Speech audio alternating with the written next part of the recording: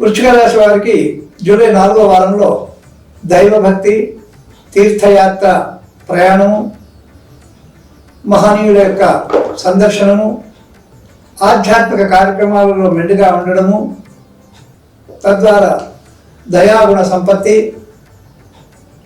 మరి వీరికి వృశ్చిక రాశి వారు ఈశ్వర అభిషేకము, రుద్రాభిషేకము, బిల్వార్చన అంటే మీకు అవకాశం ఉన్నటువంటి వాళ్ళు రుద్రాభిషేకం చేయించుకోండి.